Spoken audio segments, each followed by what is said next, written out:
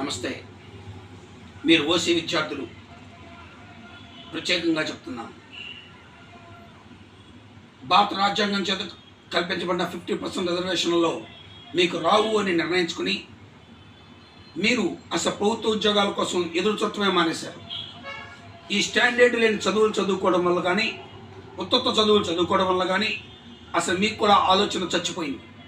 దాంతో మీరు అంటే కమ్మ, కాపు, వైశ్య, బ్రాహ్మణ, రెడ్డి కులస్తులకి రాజులు అంటే క్షత్రియ రాజులు, వీరు ఓసీ కళాలుగా ఇక్కడ ఆంధ్రప్రదేశ్, తెలంగాణలో పరిగణించబడుతున్నారు.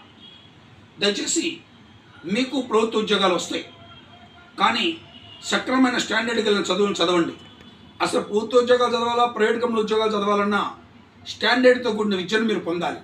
స్టాండర్డ్ లేని చదువులు చదువుకోవడం వల్ల మీ మానసిక పరిస్థితిలో అంటే మీ మెంటల్ స్ట్రెంగ్త్ లేకపోవడం, దాంతో పైదంట చూసి ఎక్కిస్తూ మీరు అనలిటికల్ స్కిల్స్ని మర్చిపోవడం అంటే కోల్పోతున్నారు. మైండ్లోని ఎబిలిటీని మీరు పూర్తిగా వినియోగించుకోలేక దుర్వ్యసనాల పాలై చిన్న చిత్తగా ఉద్యోగాల కోసం, డాలర్లకు వచ్చేటటువంటి డబ్బుల కోసం వెళ్తున్నారు తప్ప ప్రయోజనకరమైన విద్య కోసం కానీ, ప్రయోజనమైనటువంటి అధికారులుగా స్థిరపడడానికి కానీ కాకుండా మీరు నిరుపయోగంగా మిగిలిపోతున్నారు.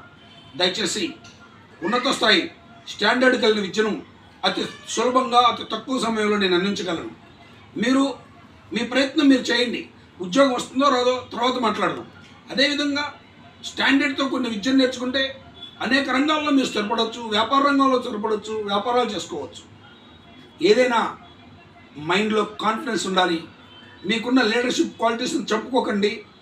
దేశానికి వెన్నెముకలా ఎదగవలసిన మీరు నిరుపయోగంగా మారడం బాధాకరమైన విషయం. మంచి ప్రోగ్రామ్స్ మీకోసం ప్రత్యేకంగా తయారు చేయబడి ఉన్నాయి. ఎదగండి, జాతికి మార్గదర్శకులుగా నిలబడండి, జాతిని మంచి మార్గంలో నడిపించండి. సబ్స్క్రైబ్ చేసుకోండి, లైక్ చేయండి, షేర్ చేయండి.